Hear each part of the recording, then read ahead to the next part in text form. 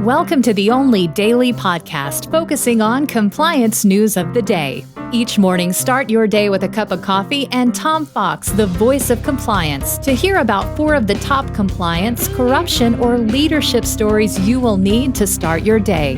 The Daily Compliance News is a production of the Compliance Podcast Network.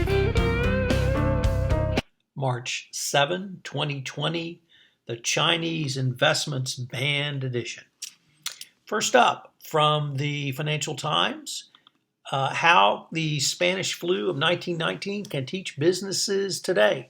From the top line column from Tom Braithwaite, he had some interesting points. First of all, millions may die, but people will still want entertainment. So those who are purveying that, such as Netflix, will probably do well, in addition to stationary bikes, Peloton bikes. 2, purveyors of remedies will thrive. Hopefully we'll have a little better remedies than 100 years ago, but if you follow the Trump administration, perhaps not.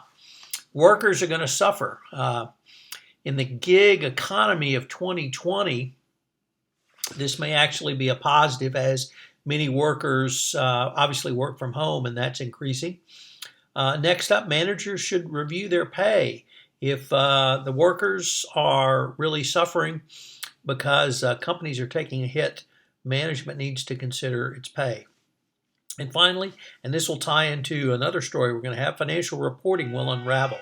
Corporate communications can use some genteel language, but it's going to have to be accurate as to what it communicates to investors. And that really leads into our next story from Dylan Toker over at the Wall Street Journal Risk and Compliance Journal.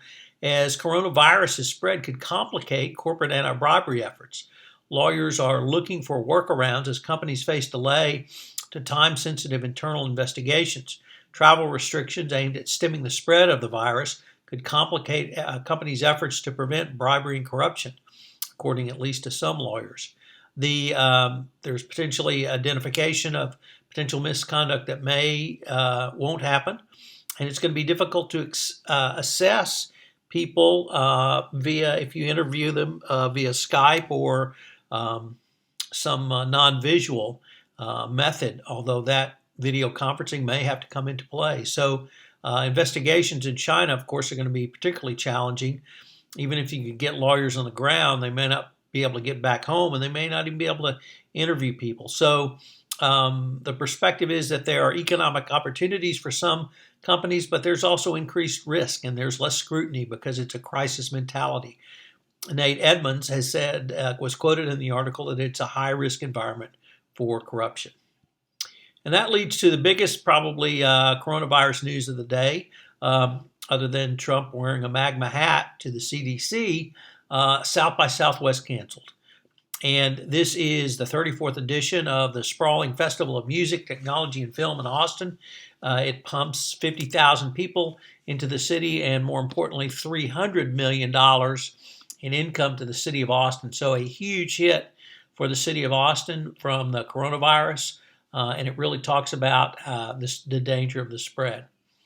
And then finally, our lead story, the Trump administration has ordered a Chinese company to divest all ownership of a U.S. hotel software company, saying the Beijing investor could harm national security by garnering information from the persons who use the software to book rooms and stay rooms at a hotel. This would seem to be relatively low risk from the national security perspective, but I think it's going to portend the Trump administration banning Chinese investment in the United States, and that could be a huge problem for U.S. companies. I hope you have a safe and coronavirus-free weekend, and you will join us Monday, March 9, for the next episode of the Daily Compliance News. Tomorrow, the Sunday Book Review will post. Thanks again.